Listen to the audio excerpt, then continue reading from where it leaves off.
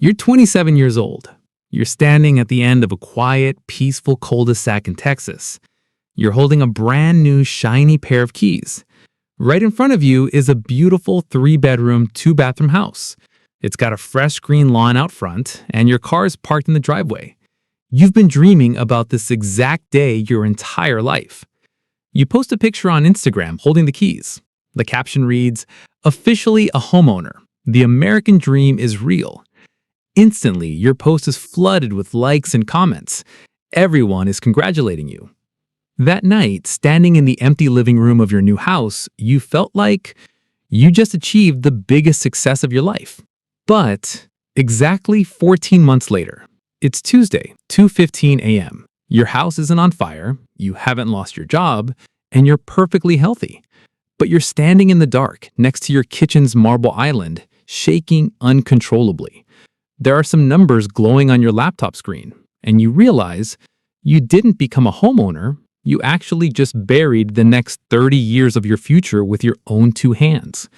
The guy who used to go wherever he wanted with his friends on the weekends now has to think twice before buying a cup of coffee. How exactly does America's biggest American dream turn into a person's absolute worst nightmare? I'm going to break that down in today's video across 3 specific points. In point number 1, we'll see how you fell right into the sweet-talking trap of your real estate agent and the bank. In point number 2, we'll find out why, even sitting on $1 million asset, you literally get a panic attack before grabbing a $10 beer with your friends on the weekend. And in point number 3 comes the most terrifying climax: why you'll eventually want to sell your dream house desperately, and why you won't be able to even if you try. Point number 1, the hidden math. This entire disaster started about a year and a half ago. You have a decent corporate job making around 85 grand a year. You were paying $2,000 a month in rent for an apartment. Society, relatives, and those YouTube finance gurus always told you one thing: renting is just throwing money down the drain. Why are you paying someone else's mortgage? Buy your own house. You bought into the hype. You met up with a real estate agent.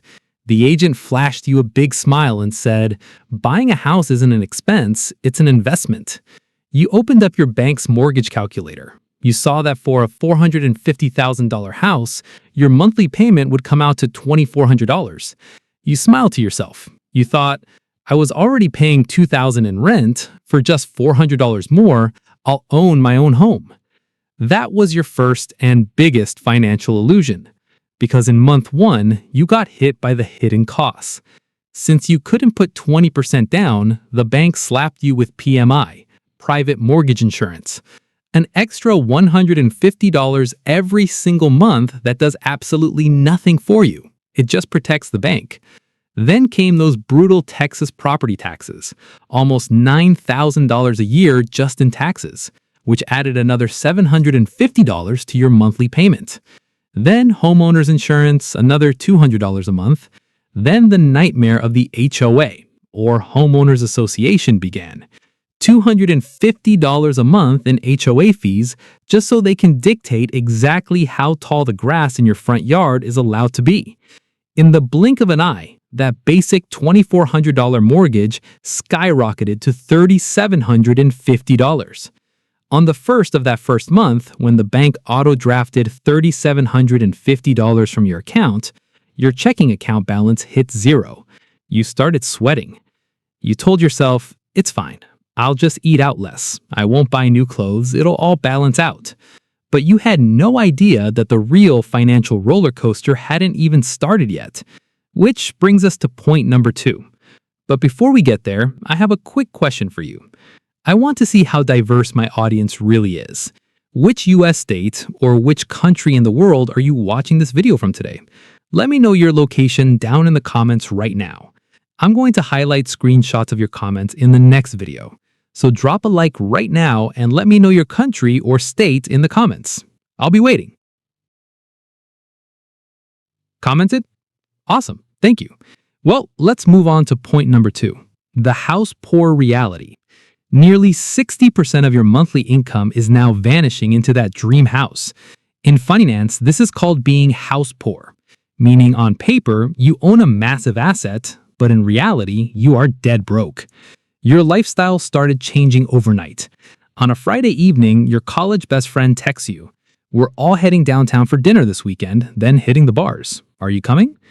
Back in the day, you wouldn't even think twice. You just grab your jacket and head out. But now, you're just staring at your phone, frozen, because you know that dinner and drinks tonight will easily run you at least $60, and you only have exactly $84 left in your account, which has to last you until next Thursday.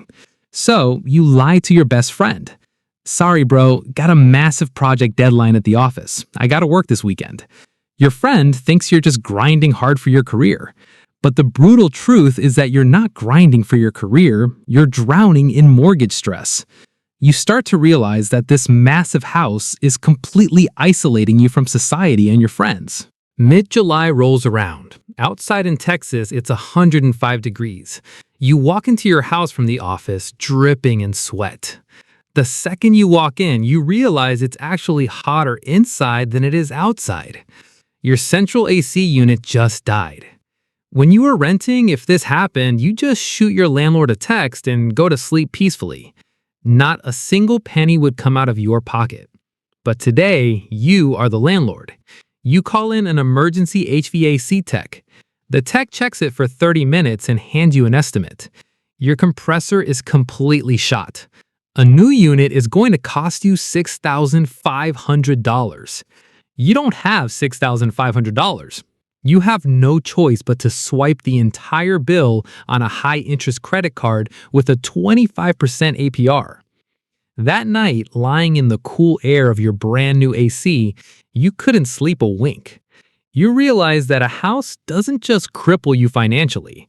It turns you into a paranoid person who stares up at their own ceiling, terrified of when it might start leaking. Crushed under the constant fear, anxiety, and the weight of this fake lifestyle, you make a final decision. You decide enough is enough. You are going to free yourself from this mortgage slavery. And that is exactly where we hit point number 3, the underwater prison. You decide you're going to list the house for sale tomorrow morning. You think to yourself, "I'll sell the house and go back to renting my old tiny one-bedroom apartment. At least there I had my peace of mind. I had my freedom."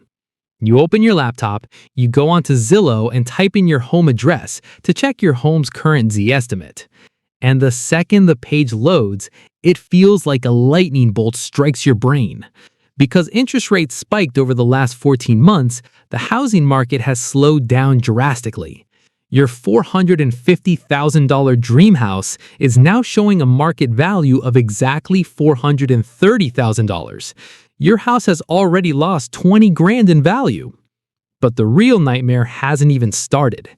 To sell the house, you have to pay a 6% commission to a real estate agent, which means even if you sell it for $430,000, nearly $25,800 is walking right out of your pocket in agent fees. On top of that, you have closing costs, title fees, and buyer concessions. When you crunch all the numbers, selling the house will only leave you with about $390,000. But you still owe the bank $440,000 on your loan. If you want to sell the house today to buy back your old freedom, you would literally have to write the bank a check for $50,000 out of your own pocket just to sell it. This is what the real estate world calls an underwater mortgage. You are literally drowning underwater. You don't have 50 grand to hand over to the bank, which means you can't sell the house. You can't accept a better paying job offer in another state and move. You can't even quit your current job if you wanted to, because your boss's signature controls your mortgage. You are absolutely trapped. The fantasy you were sold under the name of the American dream was actually just a golden cage. The bank didn't give you a loan to buy a house. They actually bought your future.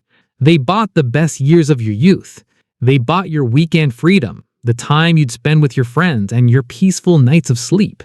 And in return, they handed you a box made of wood and concrete and a title, homeowner. A lot of people think real estate is the easiest shortcut to getting rich. But the brutal truth is, a house only becomes an asset when you have enough cash flow to sustain it.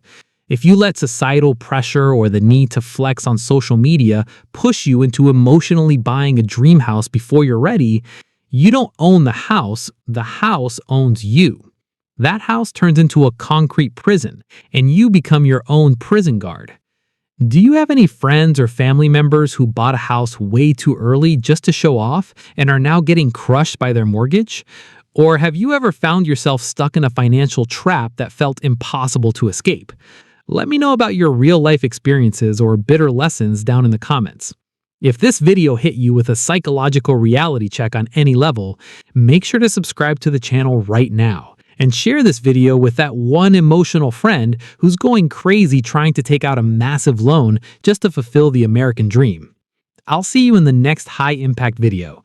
Until then, keep yourself free from the slavery of a fake lifestyle and build your empire.